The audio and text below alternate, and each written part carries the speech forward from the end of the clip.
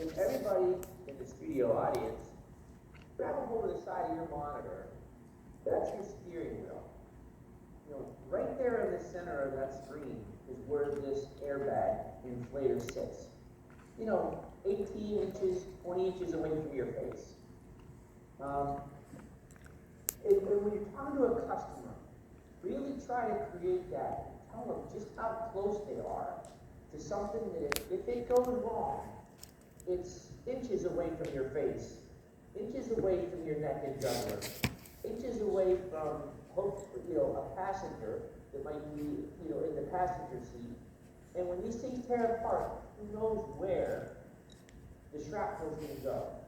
So once again, think about how close you are. Every time you look down at your steering wheel in your car and you see that there's a medallion on it or the little horn logos, that airbag is sitting just inches underneath that, and that's how close you are to it.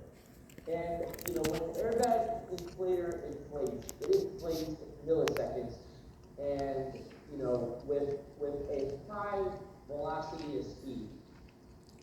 So once again, here's a car. It was a Chrysler 300 in a relatively minor accident. Now it looks bad because it's all bent up and the face is full off of it, but you have to understand, back when we started designing cars to absorb the impact from the owner, we designed crumple zones and we designed components that tear away to absorb that energy so that that energy is transferred directly from the accident to the customer.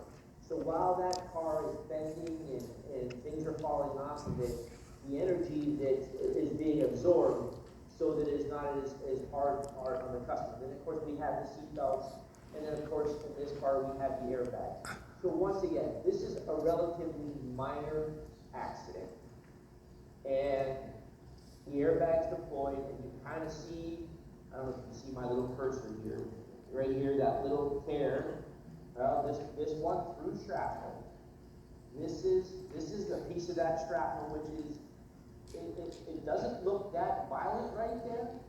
It is probably about a 16th of an inch thick. It's probably about 2 inches long, inch, maybe a little over an inch wide.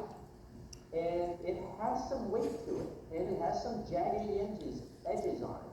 So when this thing comes at you, it's coming at you at a high rate of speed, and it's going to do damage. It tears, if I go back, it tears right through this canvas bag. This is not, this is a pretty heavy duty bag, and it just tears right through it like it's not even there.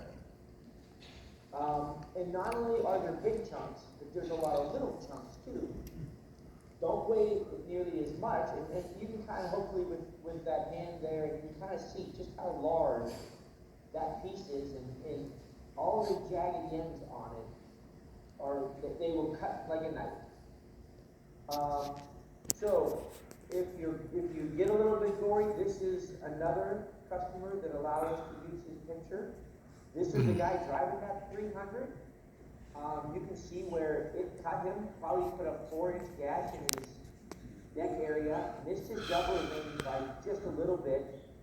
And he survived, but he should have walked away without the cut, without the trip to the hospital, without anything.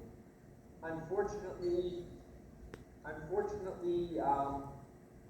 he didn't get his airbag repaired, and he was in a minor accident, and this is what happened.